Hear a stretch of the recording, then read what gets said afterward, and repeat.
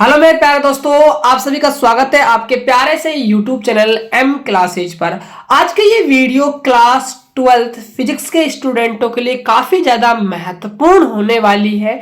आज मैं इस वीडियो के अंदर आप सभी बच्चों को इम्पोर्टेंट 20 न्यूमेरिकल क्वेश्चन करवाने वाला हूं। यदि बच्चों आप इन न्यूमेरिकल क्वेश्चनों को कर लेते हो तो एक भी क्वेश्चन ऐसा नहीं है जो एग्जाम से बाहर चला जाए। इस वीडियो के अंदर जिन न्यूमेरिकल क्वेश्चनों को हम करने वाले हैं उसके अंदर आपका 1 नंबर का जो ऑब्जेक्टिव क्वेश्चन बनता है न्यूमेरिकल टाइप का वो भी कवर कर दिया जाएगा, और साथ के साथ जो लॉन्ग आपका सब्जेक्टिव क्वेश्चन आता है 2 नंबर का न्यूमेरिकल वो भी इस वीडियो के अंदर क्लियर कर दिया जाएगा।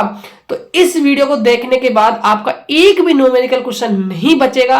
आप सिर्फ इस वीडियो को देख लीजिए, यही वीडियो पर्याप्त है बच्चों। इसके अलावा आप कुछ भी देखने की आपको जरूरत नहीं है। यदि बच्चों आपको भी फ्री के अंदर क्लासों का पीडीएफ प्राप्त करना है फ्री में, तो आप हमें इस नंबर पर व्हाट्सएप मैसेज कर दीजिएगा। हम आपको ग्रुप के अंदर ऐड कर लेंगे, या फिर आप खुद से भी ग्रुप के अंदर ऐड हो सकते हो। डिस्क्रिप्शन बॉक्स में लिंक है ग्रुप व्हाट्सएप ग्रुप की और टेलीग्राम चैनल की, जो जाइए वहां से ज्वाइन कर लीजिए, या फिर आप पर्सनली हमें मैसेज कर दीजिएगा। और साथ के साथ आप चैनल को सब्सक्राइब कर लीजिएगा बच्चों, आपको फ्री में पीडीएफ प्रोवाइड करवा दी जाएगी। तो आज का ये सेशन आप सभी के लिए काफी ज्यादा महत्वपूर्ण होने वाला है। तो स्टार्ट करते हैं बच्चों आज के सेशन को। सबसे पहले हम डिस्कस करने वाले हैं बच्चों फर्स्ट क्वेश्चन को। जो क्वेश्चन आपका होगा बच्चों वो हिंदी मीडियम में भी आपको क्वेश्चन मिलेगा, साथ के साथ आपको इंग्लिश मीडियम के अंदर भी क्वेश्चन मिलेगा। तो दोनों मीडियम के बच्चों के लिए वीडियो काफी इंपॉर्टेंट होगी। तो स्टार्ट करते हैं पहला क्वेश्चन। पहले मैं डिस्कस करता हूं बच्चों हिंदी में। यदि आप इंग्लिश मीडियम के स्टूडेंट हो तो आप भी क्वेश्चन को पढ़ सकते हो।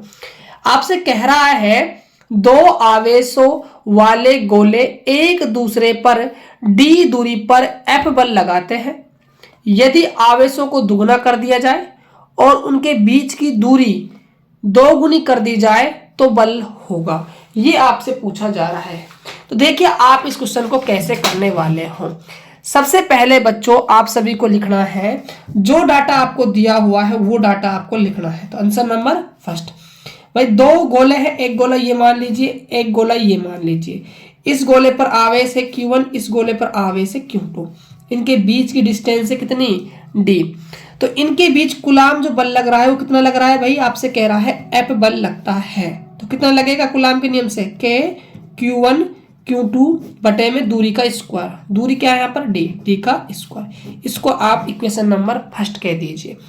अब आपसे क्या कह रहा है, आवेशों को दुगुना करवा रहा है और दूरी को भी 2 गुना करवा रहा है।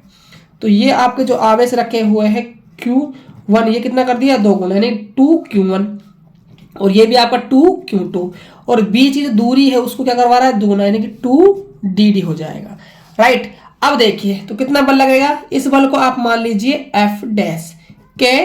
Q1 का मान है इस बार 2Q1, Q2 का मान है 2Q2 बटे में दूरी का स्क्वायर। तो दूरी कितनी है 2d, तो 2d का स्क्वायर। कैलकुलेट कीजिए, देखो 2 से आपका 2 मल्टीप्लाई होगा तो बाहर 4 आ जाएगा। k Q1 Q2 बटे में 2d का आप क्या करोगे स्क्वायर करोगे, तो स्क्वायर करोगे तो 4d का स्क्वायर हो जाएगा। 4 से आपका 4 कैंसिल आउट हो जाएगा। क्या मिला प्यारे बच्चों आपको, k Q1 Q2 बटे में d स्क्वायर। यदि आप इक्वेशन नंबर 1 को ध्यान से देखते हो तो ये तो आपको इक्वेशन नंबर 1 मिल गई जिसका मान कितना है f। तो f डैश बराबर क्या आ जाएगा, f आ जाएगा। इसका मतलब क्या है, पहले जितना बल लग रहा था अब भी उतना ही बल लगने वाला है। तो ऐसे बच्चों आप इस क्वेश्चन को करते हैं। देखते हैं अब सेकंड क्वेश्चन। तो सेकंड क्वेश्चन क्या है मेरे प्यारे बाबू, आपसे कह रहा है एक कूलाम आवेश के लिए इलेक्ट्रॉनों की संख्या है, यानी कि आपको एक कूलाम आवेश में इलेक्ट्रॉनों की संख्या बतानी है, कितने इलेक्ट्रॉन आपके हो जाएंगे। कह रहा है इंग्लिश में the number of electrons for 1 coulombs of charge is. तो देखिए कैसे आप निकालते हो। सबसे पहले आप लिखोगे आंसर नंबर सेकंड। सबसे पहले आप लिखोगे गिवन डाटा। क्या डाटा आपको दिया हुआ है, आवेश दिया हुआ है कितना है भाई 1 कूलाम। इलेक्ट्रॉनों की संख्या निकालनी है, मतलब आपको n का मान निकालना है। सभी बच्चों ने आवेश के क्वांटीकरण का नियम पढ़ा होगा, क्या होता है Q बराबर NE। अब आपको n का मान निकालना है तो फॉर्मूला बन जाएगा Q बटा में ई। तो देखिए क्यों, क्या है आपका आवेश है, तो आवेश कितना है आपका 1 कूलम, तो 1। ई का मतलब होता है चार्ज ऑफ इलेक्ट्रॉन, इलेक्ट्रॉन का आवेश। इसका मान होता है 1.6 इंटू 10⁻⁻⁻⁹। अब आप इसको आगे कैसे कैलकुलेट करोगे, देखिए ध्यान से। तो 10⁻−19 इसको आप ऊपर ले जाइए, ये किसकी बन जाएगी आपकी, प्लस की, बटे में 1.6 हो जाएगा। अब जब आप यहाँ से पॉइंट हटाते हो ना, तो ऊपर आपकी एक पावर और हो जाएगी, यानी 20 हो जाएगी। अब काफी बच्चे ये सोच रहे होंगे गुरुजी कैसे 20 हो गई, तो देखो कैसे हो जाती है। जब आप यहाँ से पॉइंट हटाते हो, नीचे क्या आएगा 10, 10 को आप 10⁻1 लिख सकते हो। ये ऊपर गई तो माइनस की, फिर दोबारा ऊपर गई बच्चों तो किसकी हो जाएगी, प्लस की हो जाएगी, इसलिए क्या हो जाएगा 20 हो जाएगा। अब आप ना 16 का भाग 10⁻20 में नहीं दे सकते, लेकिन मेरे प्यारे बाबू 10⁻20 को हम 100 गुणा 10⁻18 लिख सकते हैं, बटे में 16। अब जब आप 16 का भाग आप 100 में दोगे बच्चों, तो यदि आप भाग देते हो खुद से तो आपको मिलेगा 6.25 इंटू 10⁻18 इलेक्ट्रॉन। इतने इलेक्ट्रॉन एक कूलम आवेश में पाए जाएंगे। तो देख सकते हो बच्चों, सिर्फ एक कूलम आवेश में कितने सारे इलेक्ट्रॉन है। इसीलिए कभी भी ना आपको आवेश का मान माइक्रो नैनो में ही दिया जाएगा, कभी भी कूलम में नहीं दिया जाता बच्चों। क्यों, क्योंकि इसमें बहुत ज्यादा इलेक्ट्रॉन हो जाते हैं। अब देखते हैं हम नेक्स्ट क्वेश्चन। तो क्वेश्चन नंबर 3 में आपसे कह रहा है एक 50 मिली हेनरी कुंडली में 4 एम्पियर की धारा होती है, इसमें जूल में संग्रहित ऊर्जा होती है, यानी कि आपको ऊर्जा का मान निकालना है। देखिए इस क्वेश्चन को आप कैसे करोगे। आपको क्या दे रखा है, कुंडली का स्वयं प्रेरण दे रखा है, L बराबर 50 मिली हेनरी। मिली को आप हेनरी में बदलोगे तो आप क्या करोगे, 10⁻³ से मल्टीप्लाई करोगे हेनरी। ये 50 है, 10⁻³ है, इसका मतलब आपको यहाँ मिलने वाला है 5 गुणा 10⁻² हेनरी। और जो बहने वाली धारा है आई, वो कितनी है आपकी 4 एम्पियर धारा है। आपको ऊर्जा का मान निकालना है, मतलब आपको यू निकालना है। तो फॉर्मूला होता है ऊर्जा का हाफ LI का स्क्वायर। सिर्फ आपको मान यहां पर रखने हैं 1/2। L का मान है 5 गुणा 10⁻²। I का आपको स्क्वायर करना है, I का मान कितना है 4 एम्पियर, स्क्वायर करोगे तो 16 हो जाएगा। 2 के पहाड़े से आपका 16 कितनी बार कट जाएगा, 8 बार। अब 8 से आप 5 गुणा करोगे तो 8 पंजे 40, 10⁻²। यहां से आपकी एक घात क्या हो जाएगी, कम हो जाएगी। अब आप 10⁻1 को क्या लिख सकते हो, 4/10, और भाग लगाओगे तो 0.4 जूल आपका आंसर आ जाएगा बच्चों। तो 0.4 जूल इसका राइट आंसर हो जाएगा। ऐसे बच्चों आपको इस क्वेश्चन को डील करना था। देखते हैं अब अगला क्वेश्चन, क्वेश्चन नंबर 4। तो क्वेश्चन नंबर 4 क्या है, 3 समान संधारित्र प्रत्येक की धारिता C 7 जुड़े हुए हैं, जैसा कि चित्र में दिखाया गया है। बच्चों नीचे आपको चित्र दिखाई दे रहा होगा, देख सकते हो, ये आपका डायग्राम है। तो आपको A और B के बीच तुल्य धारिता ज्ञात करनी है। देखो बच्चों ये क्वेश्चन सबसे शानदार क्वेश्चन है बच्चों, और आपके जेक बोर्ड में काफी बार क्वेश्चन पूछा गया है, तो इसके लिए आप इस क्वेश्चन को ध्यान से करके जाना। सबसे पहले बच्चों आप सभी के दिमाग की बत्ती इस डायग्राम को देखकर जलनी चाहिए, राइट। तो कभी भी आपको ऐसी स्ट्रक्चर नजर आ जाए, यानी कि यहाँ A पॉइंट हो, यहाँ B पॉइंट हो, और यहाँ एक शाखा यहाँ से जुड़ी हो 2 संधारित्रों के साथ, एक शाखा यहाँ से जुड़ी हो 2 संधारित्रों के साथ, तो आपको हमेशा ये संधारित्र जोड़ने हैं समांतर क्रम में। ये बच्चों आपको ये बात ध्यान रखनी है, गांठ बांध लीजिए। आपको कभी भी ऐसा डायग्राम दिखाई दे, वो आपको हमेशा जोड़ना है समांतर क्रम में। तो आप देख सकते हो, यदि आप इनको समांतर क्रम में जोड़ते हो, और सबकी धारिता कितनी है प्यार बच्चों, C है। खुद ने कहा है समान धारिता है, और कितनी माननी है उसने, C कहा है, तो C मान लेते हैं। इसकी धारिता भी C, इसकी भी, इसकी भी। ये हमारा A पॉइंट है, ये हमारा B पॉइंट हो जाएगा। अब देखो समांतर क्रम में ये तीनों संधारित्र जोड़े हुए हैं, तो समांतर क्रम में तुल्य धारिता निकालने का सूत्र क्या होता है, C भी बराबर तीनों क्या कर देंगे प्यारे बच्चों, हम ऐड कर देंगे, तो कितनी आ जाएगी धारिता, 3C हमारी धारिता निकल कर आ जाएगी। देखते हैं अगला 5 क्वेश्चन क्या है।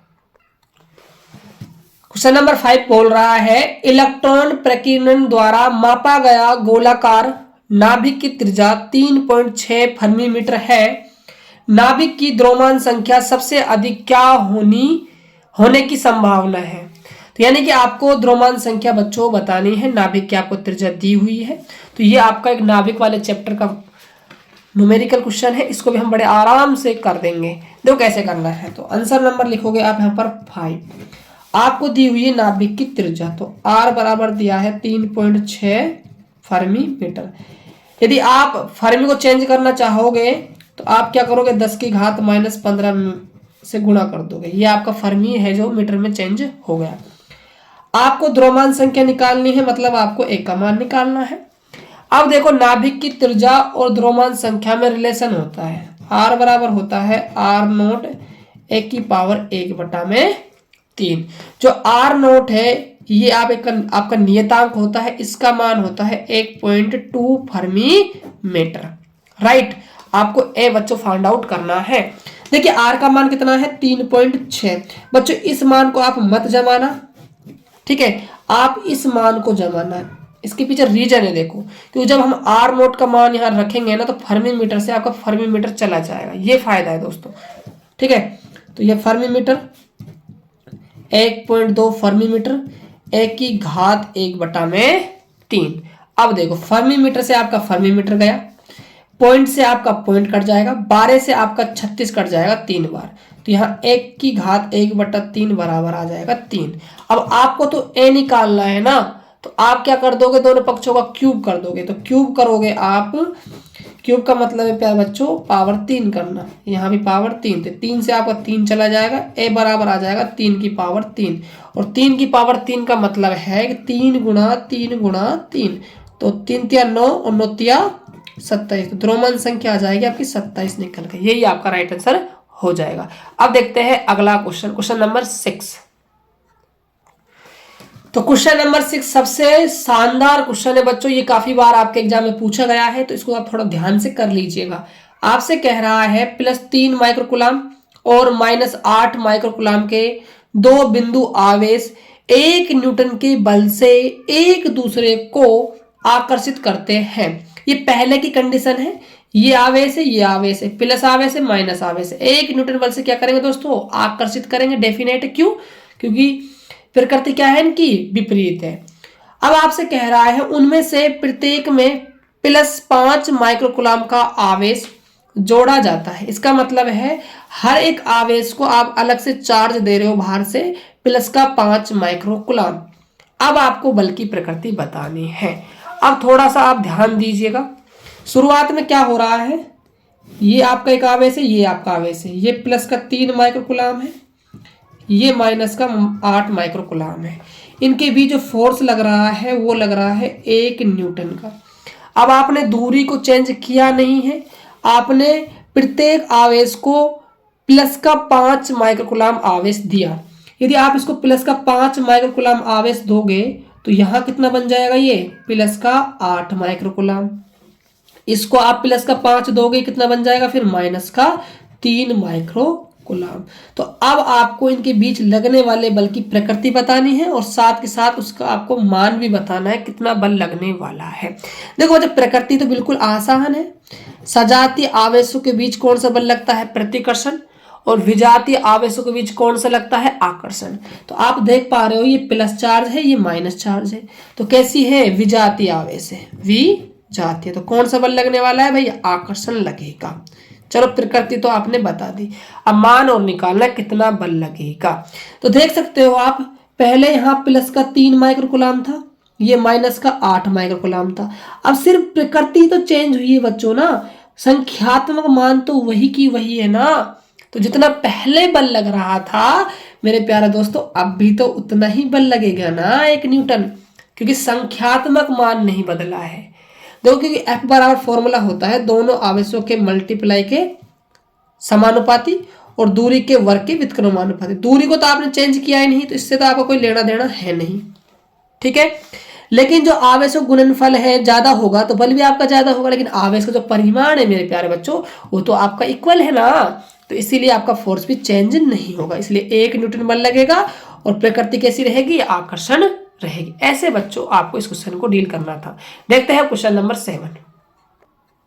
क्वेश्चन नंबर 7 देखिए, सबसे इंपॉर्टेंट क्वेश्चन है बच्चों, इसको तो आप ध्यान से कर ही लीजिएगा। सारे ही क्वेश्चन इंपॉर्टेंट लाया हूं आप सभी के लिए मैं। यदि आपको वीडियो अच्छा लगे तो वीडियो को लाइक कर देना, चैनल को सब्सक्राइब जरूर कर लेना। क्वेश्चन कह रहा है, दो संधारित्र प्रत्येक की धारिता 6 माइक्रोफैरड है, न्यूनतम और अधिकतम धारिता ज्ञात कीजिए। आपको न्यूनतम और अधिकतम धारिता ज्ञात करनी है। देखो कभी भी आपके सामने ऐसा क्वेश्चन आ जाए संधारित्र की धारिता से रिलेटेड, यदि आपको न्यूनतम धारिता निकालनी है पहली बात बच्चों, या फिर आपको अधिकतम निकालनी है, दो बातें हैं। यदि आपको न्यूनतम निकालनी है धारिता तो याद रखिएगा आपको हमेशा संधारित्र को जोड़ना पड़ेगा श्रेणी क्रम में न्यूनतम के लिए, और अधिकतम के लिए जोड़ना पड़ेगा समांतर क्रम में। इन बातों को आप ध्यान रख लीजिएगा। अब आपको न्यूनतम की बात कर रहा था, आप श्रेणी क्रम में जोड़ दीजिए। कितने संधारित्र हैं, 2।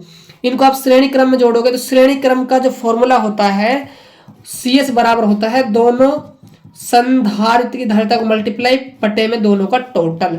तो CS बराबर प्रत्येक की धारिता कितनी है, 6, तो 6 गुणा 6 बटे में 6 प्लस 6, 6 चंगे 36, 6 प्लस 6 12, तो 12 तिया 36, 3 माइक्रोफैरड आपकी न्यूनतम धारिता निकल कर आ जाएगी। अब आपको अधिकतम धारिता निकालनी है तो आप कौन से क्रम में जोड़ोगे, समांतर में। और समांतर क्रम में क्या होता है, ऐड होता है बच्चों। क्या होता है, ऐड। जस्ट प्रतिरोध का उल्टे फॉर्मूले होते हैं ये। 6 प्लस 6 बराबर में 12 माइक्रोफैरड, ये आपकी आ जाएगी अधिकतम धारिता। ऐसे बच्चों इस क्वेश्चन को करना था। अब हम देखते हैं बच्चों क्वेश्चन नंबर 8 को। आपसे कह रहा है बिंदु A और B के बीच समतुल्य धारिता प्राप्त करो। आपको समतुल्य धारिता प्राप्त करने, सबसे लाजवाब क्वेश्चन है बच्चों, काफी बार एग्जाम में पूछा गया है, इसको थोड़ा ध्यान से समझने का प्रयास करना। कभी भी आपको ऐसा डायग्राम दिख जाए और इस डायग्राम के अंदर जितने भी आपके संधारित्र जुड़े हुए हैं उन सभी की धारिता यदि समान हो तो एक ही कंसेप्ट लगेगा बच्चों। आप सभी ने व्हीटस्टोन सेतु पढ़ा होगा, व्हीटस्टोन सेतु। उसकी संतुलन अवस्था होती है P बटा में Q, R बटा में S। तो मैंने लिख रखा है P, Q, R और S। तो जब इनका अनुपात बराबर हो जाता है तो व्हीटस्टोन सेतु संतुलन की अवस्था में होता है। और जब व्हीटस्टोन सेतु संतुलन की अवस्था में होता है तो बीच वाली जो शाखा होती है ना किसी काम की नहीं होती, तो इस शाखा को आप हटा सकते हो। जब इस शाखा को आप हटा दोगे तो आपका जो नया डायग्राम बनने वाला है वो इस प्रकार आपका नया डायग्राम आपके सामने बनकर तैयार हो जाएगा। देख सकते हो बच्चों, ऐसा आपका डायग्राम बनने वाला है। ऐसा आपका डायग्राम, ये 3C, ये भी आपका 3C, ये भी आपका 3C, ये भी आपका 3C, ये A पॉइंट, ये आपका B पॉइंट। अब आपको तुल्य धारिता निकालनी है तो देखो ये वाला संधारित्र और ये वाला संधारित्र, यदि आप इसको बीच में से ब्रेक कर देते हो और सीधा कर देते हो तो दोनों संधारित्र कौन से क्रम में जुड़े हुए हैं, श्रेणी क्रम में। उस श्रेणी क्रम में तुल्य धारिता निकालने का फॉर्मूला है दोनों को मल्टीप्लाई करो बटे में दोनों को ऐड कर दो। तो 3 तिया 9 और 3 और 3 6, 3 के पहाड़ से काटोगे तो 3 तिया 9 और 3 दूनी 6, यानी कि 1.5 आपकी धारिता निकल कर आ जाएगी। तो ये भी 1.5C का संधारित्र बन जाएगा और ये भी 1.5C का संधारित्र बन जाएगा, क्योंकि दोनों का वैल्यू क्या है, समान है। तो यहाँ एक संधारित्र बन गया, यहाँ एक संधारित्र बन गया, और दोनों कौन से क्रम में हो गई, ये समांतर क्रम में। समांतर क्रम में क्या करते हैं हम, दोनों का ऐड करते हैं। तो 1.5 1.5 क्या मिल जाएगा, 3C। तो A और B के बीच की तुल्य धारिता होगी 3C। ऐसे बच्चों आप इस क्वेश्चन को डील करना था। देखते हैं क्वेश्चन नंबर 9।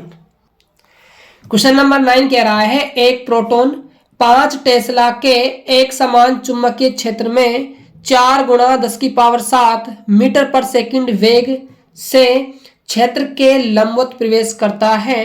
प्रोटॉन पर लगने वाला चुंबकीय बल है। प्रोटॉन का आपको आवेश दिया हुआ है।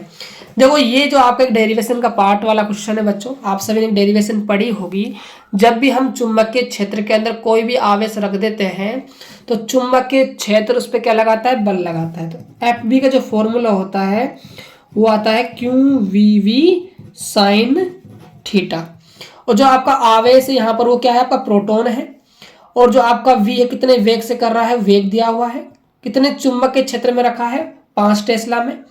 और कैसे प्रवेश कर रहा है, लंबवत, मतलब कोण कितना है, 90 डिग्री। तो सिर्फ मान जमा दीजिए, क्यू का मान, प्रोटॉन का आवेश है 1.6 10 की घात माइनस 19 गुणा वेग है 4 गुणा 10 की पावर 7, चुंबकीय क्षेत्र है 5 टेस्ला और थीटा है आपका 90 डिग्री। कैलकुलेट कीजिए, देखो 4 पंजे 20, 1.6 गुणा में 20, ये 10 की घात माइनस 19 है, ये प्लस की 7 है, कम होगी तो माइनस की 12 हो जाएगी। साइन 90 का मान होता है 1। देखो यहां से आपका पॉइंट हटेगा तो ये आपका जीरो हट जाएगा। क्यों? कि पॉइंट हटाने के बाद नीचे क्या आएगा 10, जीरो से आपका जीरो कट जाएगा, 16 दूनी 32 हो जाएगा, 10 की घात माइनस 12 न्यूटन आपका फोर्स निकल कर आ जाएगा। ऐसे बच्चों आपको इस क्वेश्चन को डील करना था। अब देखते हैं क्वेश्चन नंबर हम 10। क्वेश्चन नंबर 10 बच्चों में तो ये कहता हूं, इस पे तो आप ना 101% लगा लीजिए। ये तो आपको 16 फरवरी के जो एग्जाम होगी हमारी, उसमें आपको देखने को मिलेगा ही मिलेगा। सबसे शानदार अव्वल दर्जे का क्वेश्चन है दोस्तों। ये क्वेश्चन क्या कह रहा है आपसे? कह रहा है 6.4 एम्पियर की धारा एक कंडक्टर में बह रही है, तो प्रति सेकंड बहने वाले इलेक्ट्रॉनों की संख्या होगी। यानी कि एक सेकंड में कितने इलेक्ट्रॉन बहेंगे उसकी संख्या निकालनी है, और धारा बह रही है 6.4 एम्पियर। तो सबसे पहले आपको देखो इस को कैसे डील करना है। सबसे पहले लिखोगे आंसर नंबर 10। ये आपको 2 नंबर का क्वेश्चन भी मिल सकता है और आपको 1 नंबर का क्वेश्चन भी बच्चों देखने को मिल सकता है।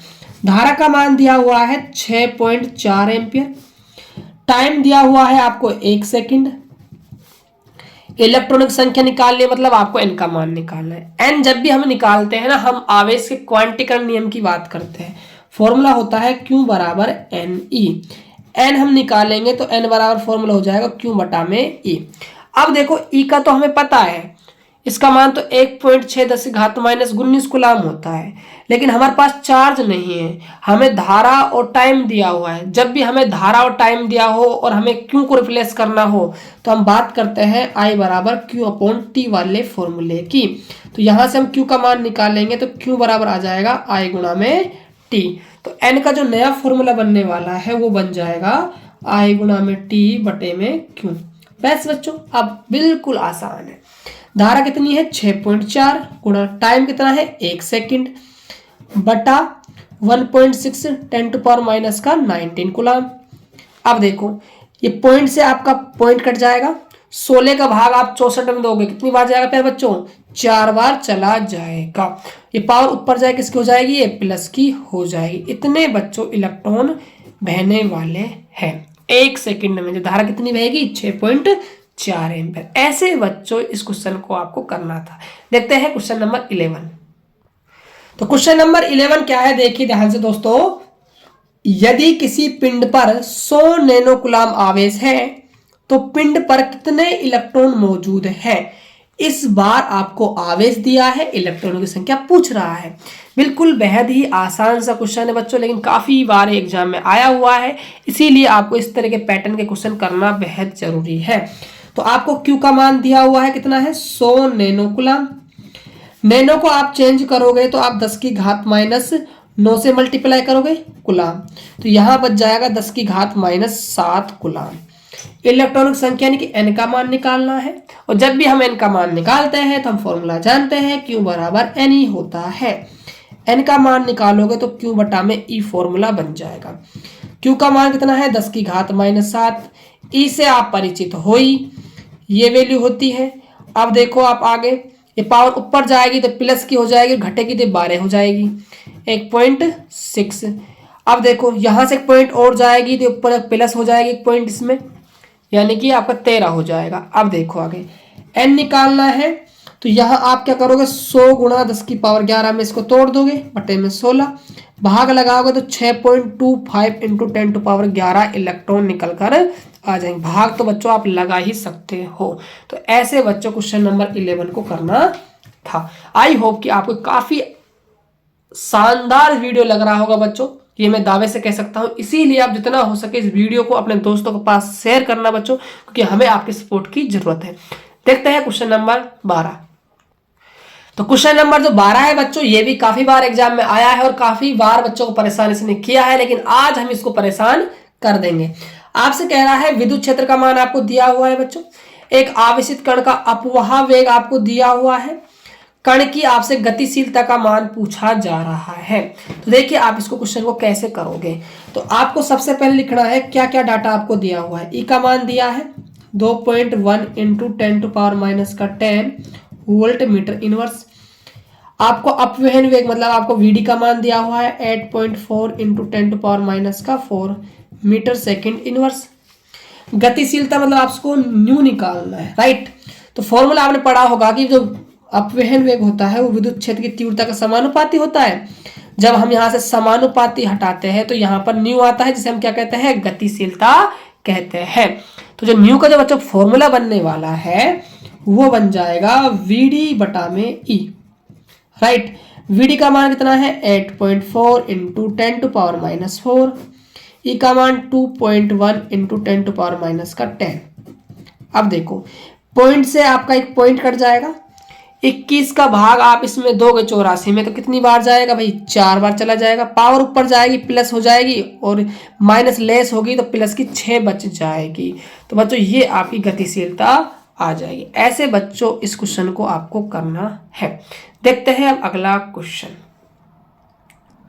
क्वेश्चन नंबर बच्चों 13 बिल्कुल फर्जी क्वेश्चन है, करने के बाद मजा आ जाएगा, लेकिन कंसेप्ट अच्छा है और काफी बार एग्जाम में पूछा गया है, इसलिए बच्चों करवा रहा हूं। इस टाइप में कोई भी क्वेश्चन आपको देखने को मिले तो इसी पैटर्न से आपको उस क्वेश्चन को डील भी करना है। आपसे कह रहा है अपवर्तक कोण। आधे बच्चे तो यहीं पर घायल हो जाएंगे कि ये क्या समस्या आ गई। अपवर्तक कोण का मतलब है प्रिज्म कोण, याद रख लीजिएगा। इसका दूसरा नाम क्या है मेरे प्यारे बच्चों, प्रिज्म कोण। प्रिज्म कोण तो आप जानते हो, लेकिन अपवर्तक कोण आपने शायद पहली बार सुना होगा या फिर आपने सुन लिया होगा।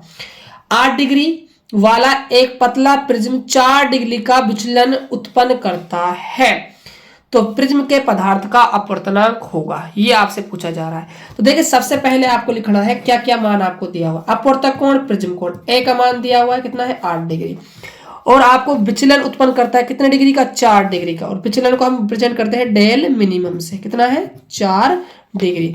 अपवर्तनांक पूछा है मतलब आपसे एन का मान पूछा गया है।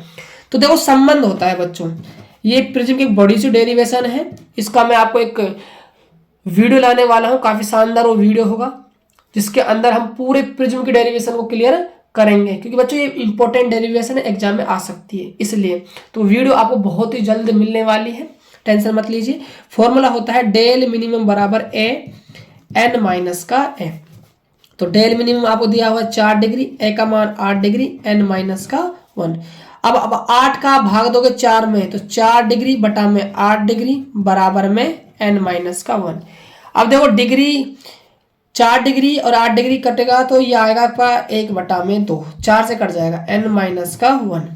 एन का मान निकालना है तो -1 इधर जाएगा तो ये आपका हो जाएगा प्लस का। अब आधे में आप 1 जोड़ते हो तो ये आपका हो जाएगा 1.5, 1.5 का मतलब 3/2, यानी कि 1.5 आपका अपवर्तनांक निकल कर आ जाएगा। ऐसे बच्चों इस क्वेश्चन को आपको करना था। अब देखते हैं क्वेश्चन नंबर हम 14। तो क्वेश्चन नंबर 14 क्या है, तार की एक वृत्ताकार कुंडली में 100 फेरे हैं, प्रत्येक की त्रिज्या 4 सेंटीमीटर है और इसमें 0.20 एम्पीयर की धारा प्रवाहित हो रही है। कुंडली के केंद्र पर चुंबकीय क्षेत्र का परिमाण ज्ञात कीजिए। ये आपके डेरिवेशन का पार्ट है बच्चों, लेकिन काफी अच्छा क्वेश्चन है और एग्जाम में फंसता है और आपको इस क्वेश्चन को बिल्कुल खत्म करना है, यानी कि नस्ते नाबूद करना है। तो बच्चों ध्यान से आपको समझना होगा। देखो सबसे पहले आपको लिखना है क्या क्या डाटा आपको दिया हुआ है। फेरों की संख्या यानी कि आपको एन का मान दिया हुआ है कितना है 100, राइट। और प्रत्येक की त्रिज्या यानी कि आर का मान है 4 सेंटीमीटर, मीटर में बदलोगे तो आप 100 का डिवाइड कर दोगे, ये आपका मीटर में हो गया। धारा बह रही है आपकी 0.20 एम्पियर। चुंबकीय क्षेत्र निकालना है कहां पर, केंद्र पर, ये आपको निकालना है।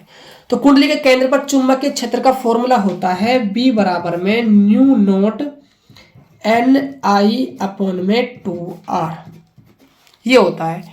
अब न्यू नोट का मान होता है 4 पाई 10 की घात -7, एन होता है फेरों की संख्या। फेरों की संख्या कितनी दी हुई है 100 गुणा में धारा कितनी है 0.20 बटे में 2r, r का मान कितना है 4 बटा में 100।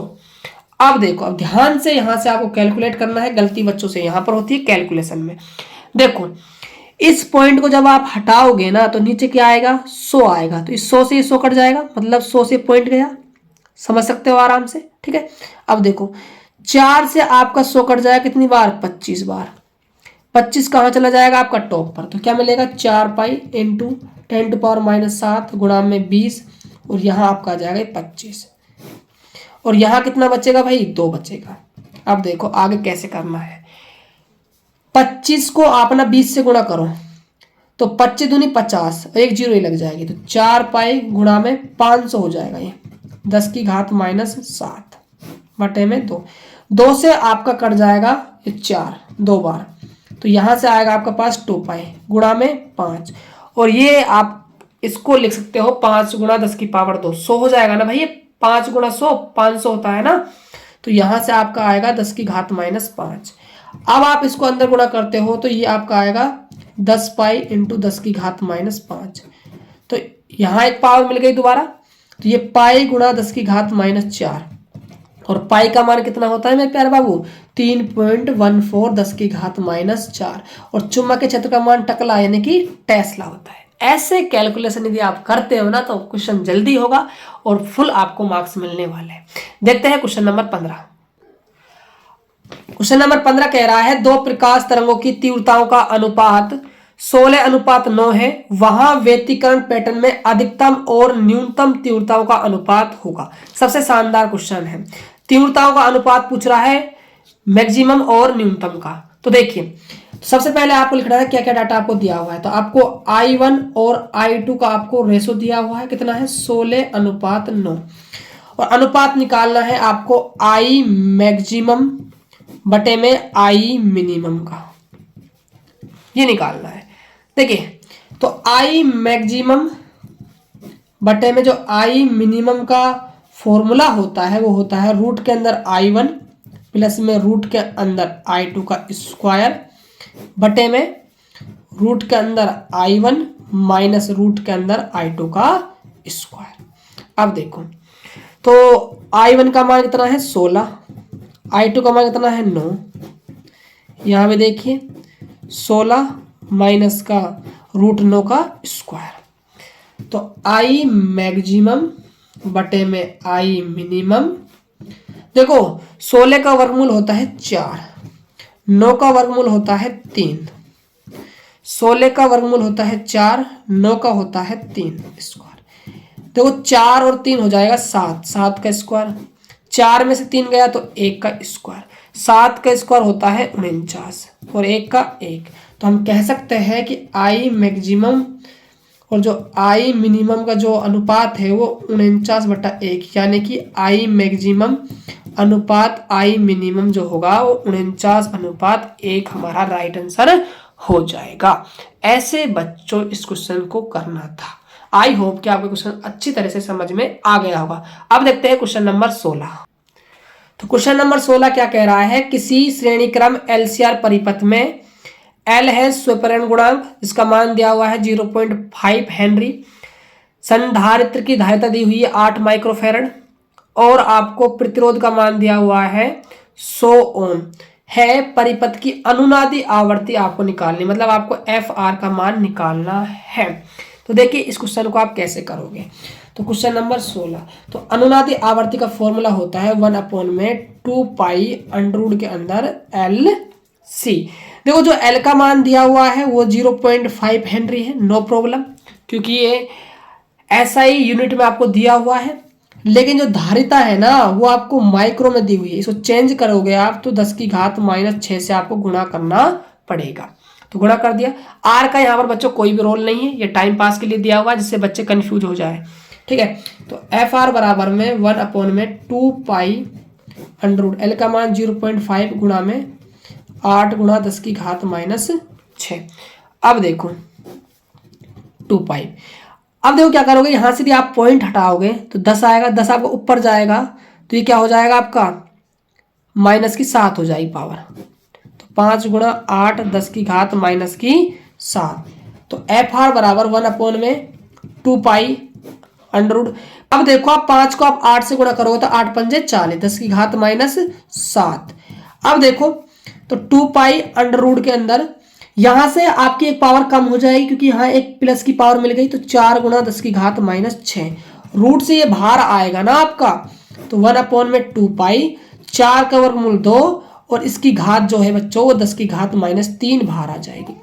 यहाँ 1/4 पाई 10 की घात -3, ये पावर ऊपर जाएगी आपकी तो प्लस की हो जाएगी, बटे में 4 पाई। एफ आर बराबर, अब देखो इसको आप क्या लिख सकते हो, इसको आप लिख सकते हो 100 गुणा में 10 बटे में 4 पाई। अब 4 से आपका 100 कट जाएगा कितनी बार, 25 बार। 25 को आप 10 से मल्टीप्लाई करोगे तो 250 पाई आपका आंसर आने वाला है हर्ज में, क्योंकि आवर्ती का मात्रा क्या होता है, हर्ज। देखते हैं क्वेश्चन नंबर 17।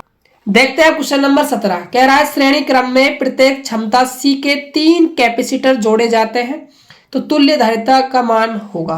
श्रेणी क्रम में जोड़े गए हैं बच्चों, तो श्रेणी क्रम में क्या करते हैं हम तीनों को ऐड कर देते हैं, C+C+C क्या मिलेगा आपको 3C। बिल्कुल फर्जी क्वेश्चन। देखते हैं क्वेश्चन नंबर 18 कह रहा है चित्र विद्युतीय परिपथ के भागों में धारा दिखाता है तो विद्युत धारा I बराबर है, यानी कि I का मान आप सभी को निकाल कर बताना है। देखिए बच्चों इस क्वेश्चन को तो मैं डायग्राम में आपको समझा देता हूं। देखो I यहां बह रही है, इस पॉइंट को नाम दे दो आप P, इस पॉइंट को नाम दे दो आप Q, इस पॉइंट को नाम दे दो आप R। देखो तो ये जो धारा I निकल रही है वो किस पॉइंट से निकल रही है, R से। तो आप सभी ने किरचॉफ का केसीएल नियम तो पढ़ा होगा।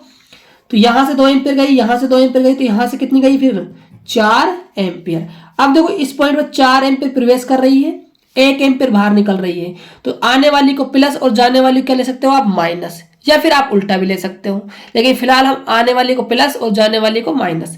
4 आई 1 गई तो कितनी निकल बाहर, 3 एम्पियर बाहर निकल गई। अब 3 आ रही है, 1.3 जा रही है, तो यहां आई कितनी जाएगी आपकी, जाएगी बच्चों 1.7 एम्पियर। ऐसे इस क्वेश्चन को करना है। देखते हैं क्वेश्चन नंबर 19। तो क्वेश्चन नंबर 19 क्या है, ध्यान दीजिएगा।